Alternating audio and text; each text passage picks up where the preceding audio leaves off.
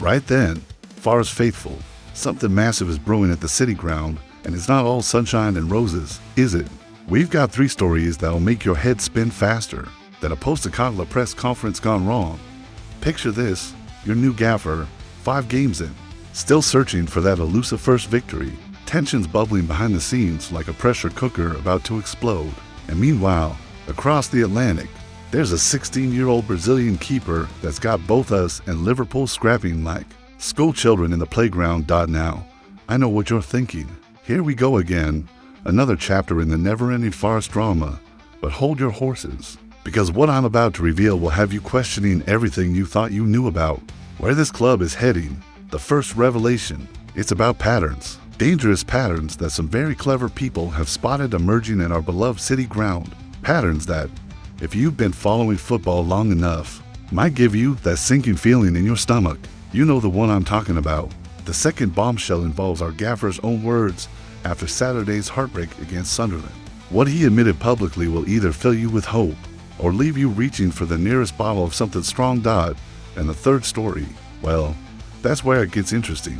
Because while we're struggling on the pitch, our scouts are apparently working overtime on a future star who could be the answer to prayers. We haven't even said yet, but here's the thing that's got me properly buzzing.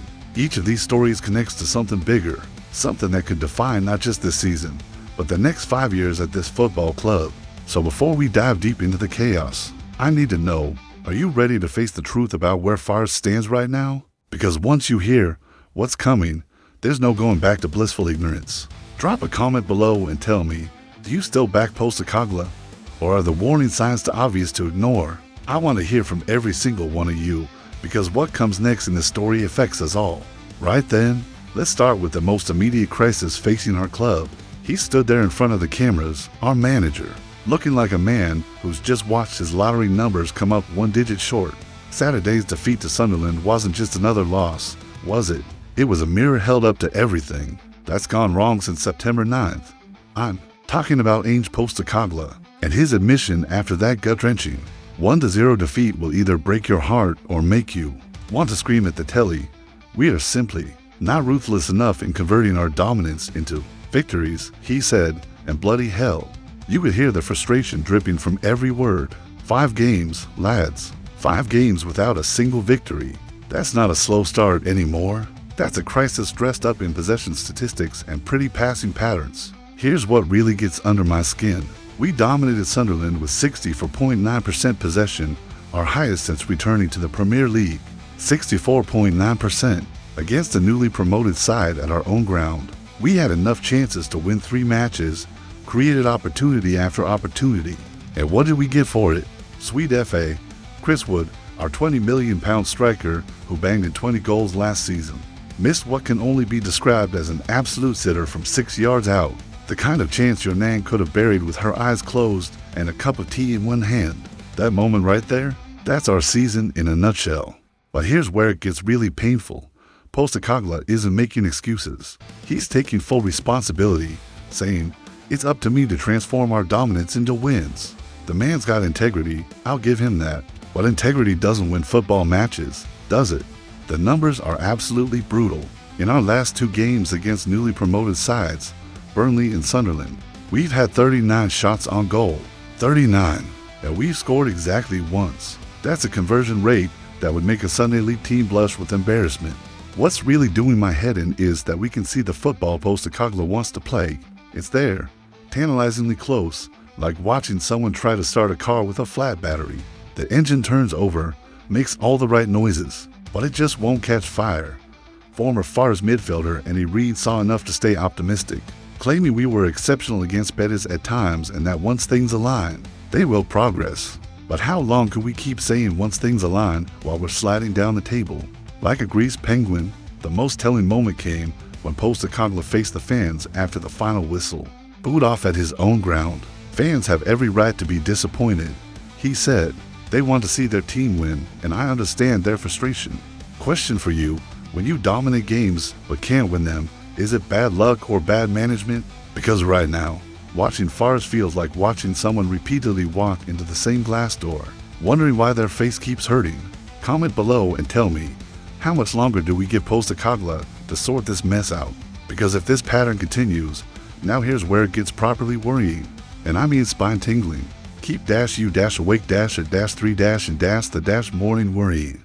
There's a name that's been whispered around football circles lately. It's not one that fills me with confidence. The ghost of Tottenham Hotspur is haunting the city ground, and some very smart people are seeing patterns that make their blood run cold.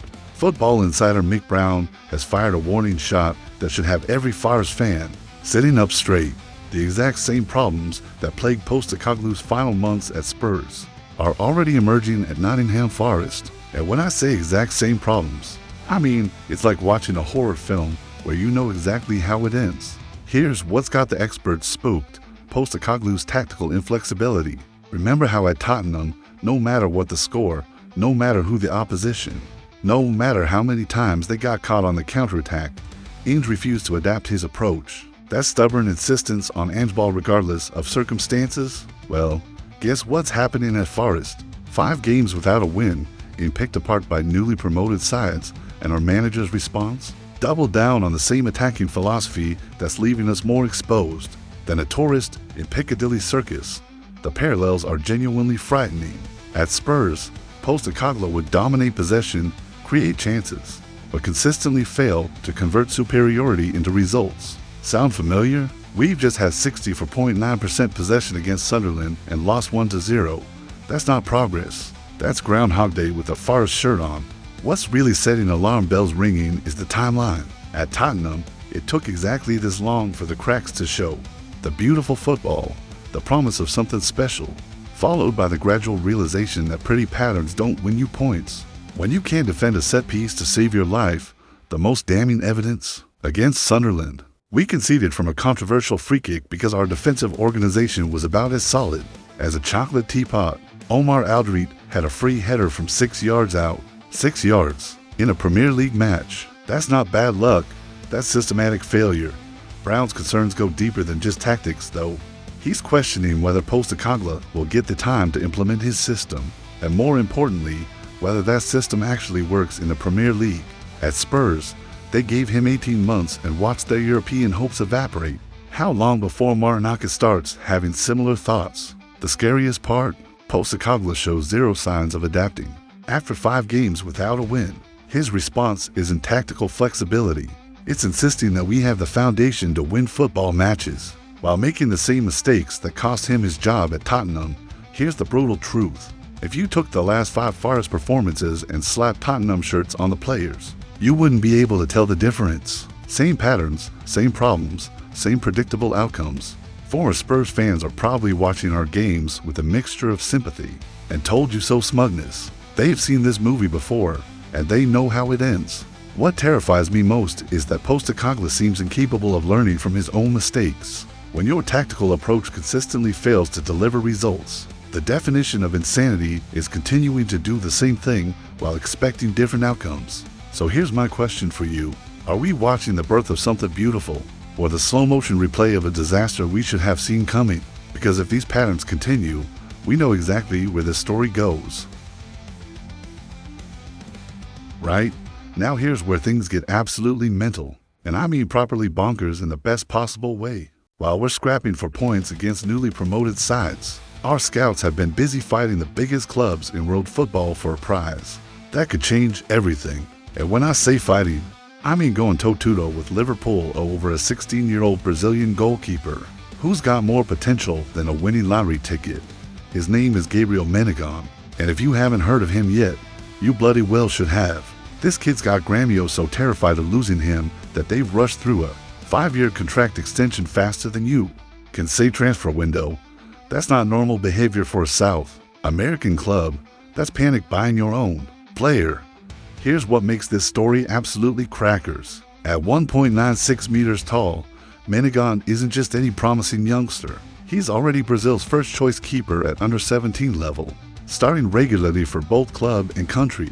When Brazil are giving a 16-year-old the number 1 jersey, you know you're looking at something special.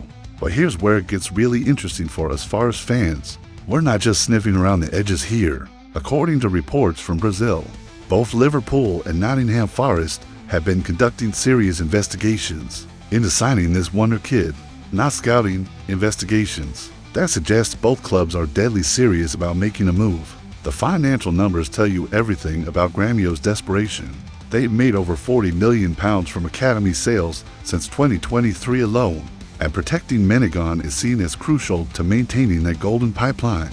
When a club, the expert at selling young talent, is desperately trying to keep someone, you know they've got something extraordinary on their hands. What's got me properly excited is the timing. While Postecoglou's struggling with the here and now, our recruitment team are clearly thinking 5 years down the line. This isn't panic buying or papering over cracks. This is strategic planning for a future where Forest compete with the absolute elite.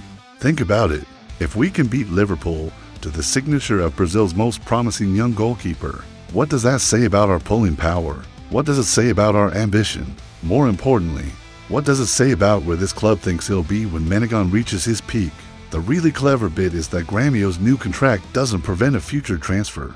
It just protects them financially if someone comes calling. So while Liverpool are probably thinking they can muscle their way in with Champions League football and Anfield's history, we might just have the advantage of offering immediate opportunities and a clear pathway to first-team football. Here's what really gets my blood pumping. Menegon represents everything Forest should be about in the modern game. Young, hungry, technically brilliant, and available before the mega clubs fully catch on. This is exactly the kind of signing that transforms clubs from survivors to contenders. But there's a bigger picture here, isn't there? While we're struggling to convert chances and defend set pieces, our long-term planning suggests someone at this club believes we'll be playing at a much higher level when Menegon's ready for first-team football. That's either incredible optimism or inside knowledge about where Forest are heading. The Brazilian press are reporting that no official offers have arrived yet, but both Liverpool and Forest are monitoring the situation closely. That means we're in a genuine race with one of Europe's elite clubs for a player who could define the next decade. What excites me most is that this signing would send a message to every young talent in South America. Forest are serious players in the global market, not just survivors hoping to stay up, but genuine contenders building for sustained success. So here's my final question for you.